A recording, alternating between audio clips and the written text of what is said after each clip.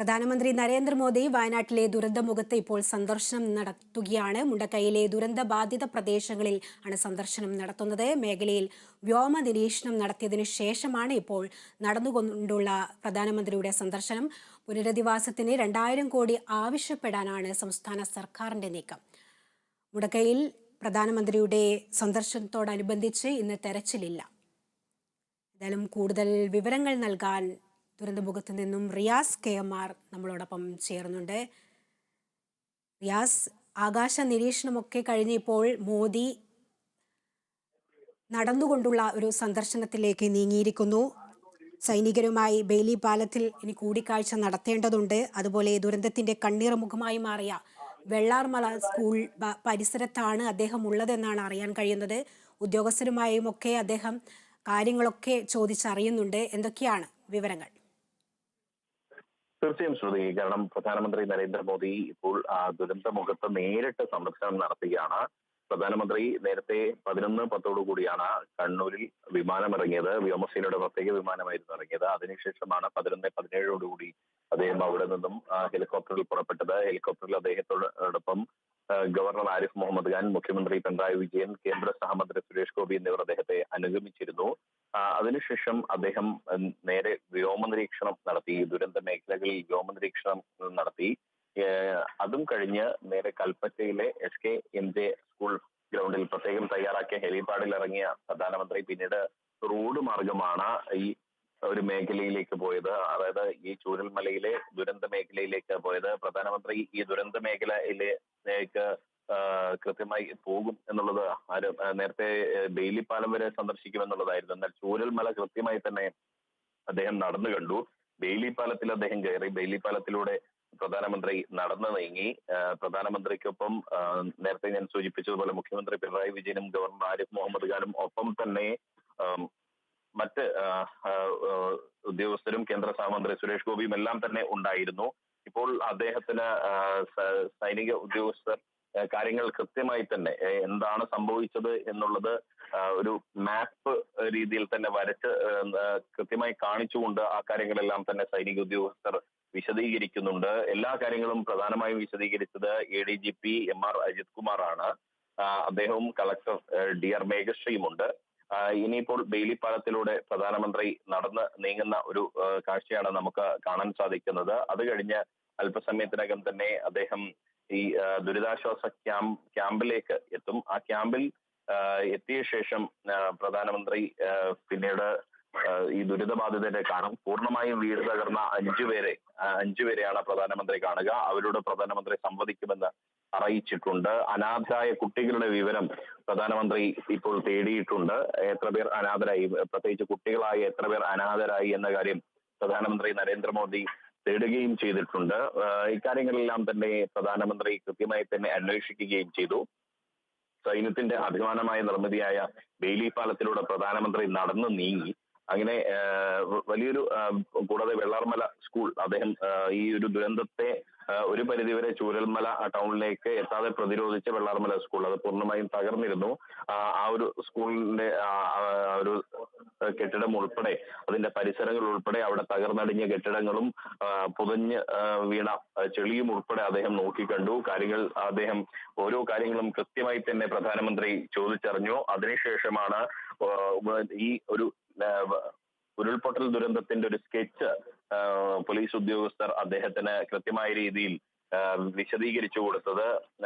അത് സംബന്ധിച്ച് സ്കെച്ച് തയ്യാറാക്കിക്കൊണ്ട് തന്നെ എങ്ങനെയാണോ ആ ഉരുൾപൊട്ടൽ ദുരന്തമുണ്ടായത്, അതിന്റെ പ്രഭവ കേന്ദ്രത്തിൽ നിന്നും താഴേക്ക് എങ്ങനെയാണോ മലവെള്ളപ്പാച്ചിൽ കുത്തിയൊലിച്ചിറങ്ങിയത് തുടങ്ങിയ കാര്യങ്ങളെല്ലാം തന്നെ കൃത്യമായി പ്രധാനമന്ത്രിക്ക് ഉദ്യോഗസ്ഥർ വിശദീകരിച്ച് കൊടുക്കുകയും ചെയ്തു. ഇനിയിപ്പോൾ പ്രധാനമന്ത്രി മേപ്പാടിയിലെ സെന്റ് ജോസഫ് സ്കൂളിലെ ക്യാമ്പിലേക്കാണ് പ്രധാനമന്ത്രി പോകുന്നത്. അതിനുശേഷമായിരിക്കും വിംസ് ആശുപത്രിയിലേക്ക് പ്രധാനമന്ത്രി പോവുക. അവിടെ ഈ നേരത്തെ പറഞ്ഞ പോലെ ചികിത്സയിൽ കഴിയുന്ന ആളുകളെ കാണും. ദുരിതാശ്വാസ ക്യാമ്പിൽ അദ്ദേഹം എത്തി. ദുരിതാശ്വാസ ക്യാമ്പിൽ കഴിയുന്ന പൂർണ്ണമായും വീട് തകർന്ന 5 പേരെ കാണും. അവരുടെ ഇനിയുള്ള ജീവിതത്തെ കുറിച്ചെല്ലാം തന്നെ പ്രധാനമന്ത്രി ചോദിച്ചറിയുമെന്നുള്ളതാണ്. അതിനുശേഷം ഇവിടെ കളക്ടറേറ്റിൽ നടക്കുന്ന അവലോകന യോഗത്തിലെല്ലാം തന്നെ പ്രധാനമന്ത്രി സംബന്ധിക്കും എന്നുള്ളതാണ് അറിയാൻ കഴിയുന്നത്. പ്രധാനമന്ത്രിയുടെ നേതൃത്വത്തിലാണ് ആ യോഗം നടക്കുക. അതിൽ മുഖ്യമന്ത്രിയും മറ്റ് മന്ത്രിമാരും എല്ലാം തന്നെ സംബന്ധിക്കും. അതിൽ കേരളത്തിൻ്റെതായ ആവശ്യം കേരളം വ്യക്തമാക്കും. 2000 കോടി രൂപയിലധികം ഈ ഒരു പുനർനിർമ്മാണ പ്രക്രിയയ്ക്ക് ആവശ്യമാണ് എന്ന് ഇന്നലെ ഇവിടെയെത്തിയ കേന്ദ്ര സംഘത്തോട് സംസ്ഥാനം ആവശ്യപ്പെട്ടിരുന്നു. അക്കാര്യം പ്രധാനമന്ത്രിയുടെ ശ്രദ്ധയിൽ കൂടി പെടുത്തും. കൂടാതെ 1.5 മിനിറ്റ് ദൈർഘ്യമുള്ള ഈ ദുരന്തത്തിന്റെ പൂർണ്ണമായ ദൃശ്യങ്ങൾ അടങ്ങിയ ഒരു വീഡിയോ പ്രദർശനവും പ്രധാനമന്ത്രിക്ക് മുൻപിൽ അവതരിപ്പിക്കും. ആ വീഡിയോ പ്രസന്റേഷൻ കൂടി പ്രധാനമന്ത്രിക്ക് കാണിക്കുമെന്നുള്ളതാണ്. അതിനുശേഷം 3:45 കൂടിയാണ് പ്രധാനമന്ത്രി തിരിച്ച് ഡൽഹിയിലേക്ക് മടങ്ങുക. ശ്രുതി.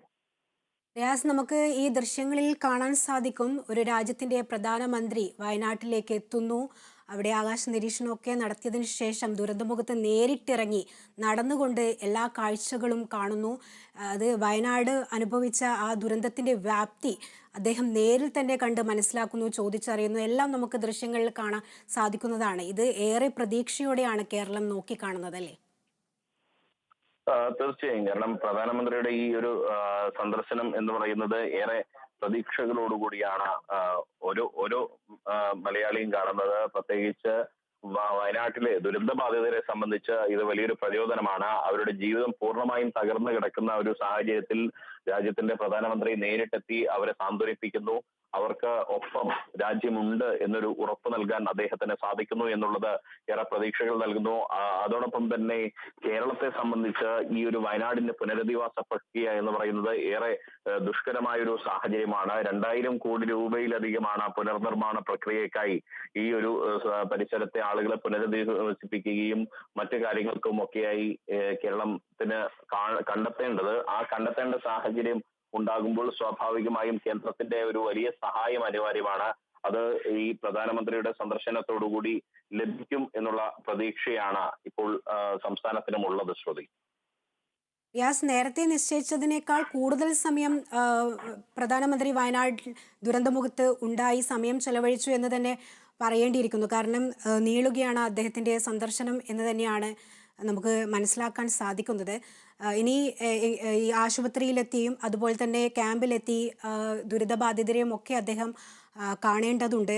അതിനുശേഷമായിരിക്കും ഈ സൈനികരുമായുള്ള ഒരു കൂടിക്കാഴ്ച, അതുപോലെ തന്നെ കളക്ടറേറ്റിലെത്തി മറ്റുള്ള കാര്യങ്ങൾ, യോഗം, അദ്ദേഹം എന്തൊക്കെയാണ് വയനാടിനായി കരുതി വെച്ചിരിക്കുന്നത്, എന്തൊക്കെ സഹായങ്ങൾ അദ്ദേഹം വയനാടിനായി നൽകും എന്നതൊക്കെ കേരളം നോക്കിക്കാണുന്നുണ്ട്. അതായത് പ്രധാനമന്ത്രിയുടെ ഈ സന്ദർശനത്തോടുകൂടി കൂടുതൽ ധനസഹായം ലഭിക്കുമെന്നൊരു പ്രതീക്ഷയാണ് സംസ്ഥാനത്തിനുള്ളത്. പ്രധാനമന്ത്രി ഈ ദുരന്തമുഖത്ത് കൂടുതൽ സമയം ചെലവഴിക്കുന്ന ഒരു സാഹചര്യം ഉണ്ടായതുകൊണ്ട് തന്നെ ഈ L3 സോണിൽ ഉൾപ്പെടുത്തണമെന്ന കേരളത്തിന്റെ ആവശ്യം പരിഗണിക്കപ്പെട്ടേക്കുമെന്നുള്ള ഒരു പ്രതീക്ഷ സംസ്ഥാനത്തിനും സർക്കാരിനുമുണ്ട്. കാരണം ഈ സാധാരണ ദുരന്തങ്ങളെ 4 രീതിയിലാണ് തരംതിരിക്കുന്നത്. L0, L1, L2, L3, L4 5 തരത്തിലാണ് ക്രമീകരിക്കുന്നത്. അതിൽ ഈ L3 എന്ന് പറയുന്ന രീതിയിലേക്ക്, അതായത് ഒരു പ്രകൃതി ദുരന്തമായതുകൊണ്ട് തന്നെ അത്തരത്തിൽ ഒരു രീതിയിലേക്ക് വന്നു കഴിഞ്ഞാൽ കേന്ദ്ര സഹായം കൂടുതലായി ലഭ്യമാക്കാനുള്ള ഒരു സാഹചര്യമാണ് അവിടെ ഒരുങ്ങുന്നത്. ആ ഒരു രീതിയിലേക്ക് L3 സോണിൽ വയനാട് ദുരന്തത്തെ ഉൾപ്പെടുത്തണമെന്ന് കേരളം ഇപ്പോൾ തന്നെ ആവശ്യപ്പെട്ട് കഴിഞ്ഞിട്ടുണ്ട്. അക്കാര്യം പ്രധാനമന്ത്രിക്ക് മുൻപിൽ കൂടിയും ഒരിക്കൽ കൂടി ആവശ്യപ്പെടും. നേരത്തെ കണ്ണൂരിൽ നിന്നും വയനാട്ടിലേക്കുള്ള ഹെലികോപ്റ്റർ യാത്രക്കിടെ മുഖ്യമന്ത്രി പിണറായി വിജയൻ പ്രധാനമന്ത്രിയെ ഇക്കാര്യങ്ങളെല്ലാം തന്നെ ധരിപ്പിച്ചിരുന്നു. കൂടുതൽ അത് ഒരിക്കൽ കൂടി കേന്ദ്രത്തിന് മുൻപിൽ, പ്രത്യേകിച്ച് പ്രധാനമന്ത്രിക്ക് മുൻപിൽ വൈകിട്ട് ചേരുന്ന ഈ അവലോകന യോഗത്തിൽ അത് ഒരിക്കൽ കൂടി അവതരിപ്പിക്കാൻ ഈ മന്ത്രിമാർക്കും മുഖ്യമന്ത്രി അടക്കമുള്ളവർക്കും സാധിക്കുമെന്നാണ് പ്രതീക്ഷിക്കുന്നത്. മാത്രമല്ല, ശ്രുതി സൂചിപ്പിച്ചതുപോലെ പ്രധാനമന്ത്രി നേരത്തെ നിശ്ചയിച്ചതിലും കൂടുതൽ സമയം ഇപ്പോൾ വയനാട്ടിൽ ചെലവഴിക്കാൻ അദ്ദേഹം തയ്യാറായിരിക്കുന്നു. രാവിലെ 11:20 കണ്ണൂരിൽ എത്തുമെന്നായിരുന്നു അറിയിച്ചത്. എന്നാൽ അദ്ദേഹം 11:10 തന്നെ ഈ വ്യോമസേനയുടെ പ്രത്യേക വിമാനത്തിൽ അദ്ദേഹം എത്തി. 3 മണിക്ക് ഡൽഹിയിലേക്ക് മടങ്ങുമെന്നായിരുന്നു അറിയിച്ചിട്ടുണ്ടായിരുന്നത്. എന്നാൽ ഇപ്പോൾ അത് 3:45 മടങ്ങുമെന്നായിരിക്കുന്നു. അതായത് നേരത്തെ നിശ്ചയിച്ചതിലും 1 മണിക്കൂർ നേരം അധികം പ്രധാനമന്ത്രിയുടെ ടൈം ഷെഡ്യൂളിൽ സമയക്രമത്തിൽ മാറ്റം വരുത്തിക്കൊണ്ട് പ്രധാനമന്ത്രി കൂടുതൽ നേരം ദുരന്ത മേഖലയിലും ദുരന്തബാധിതരുമായി ചെലവഴിച്ചുകൊണ്ടുള്ള ഒരു സന്ദർശനമാണ് ഇപ്പോൾ നടക്കുന്നത്. അതുകൊണ്ട് തന്നെ കേരളം ഏറെ പ്രതീക്ഷയിലാണ്. ഈ കേന്ദ്രത്തിന്റെ സഹായം കൂടുതലായി ലഭിക്കുകയാണെങ്കിൽ അത് വയനാടിന്റെ പുനരധിവാസത്തിന്, വയനാട്ടിലെ ബാധിതരുടെ പുനരധിവാസത്തിന് ഏറെ സഹായകരമാകുമെന്നാണ് പ്രതീക്ഷിക്കപ്പെടുന്നത്. ശ്രുതി. അതുതന്നെയാണ് റിയാസ് പറഞ്ഞതുപോലെ തന്നെ ഏറെ പ്രതീക്ഷയോടെ തന്നെയാണ് കേരളം നോക്കിക്കാണുന്നത് പ്രധാനമന്ത്രിയുടെ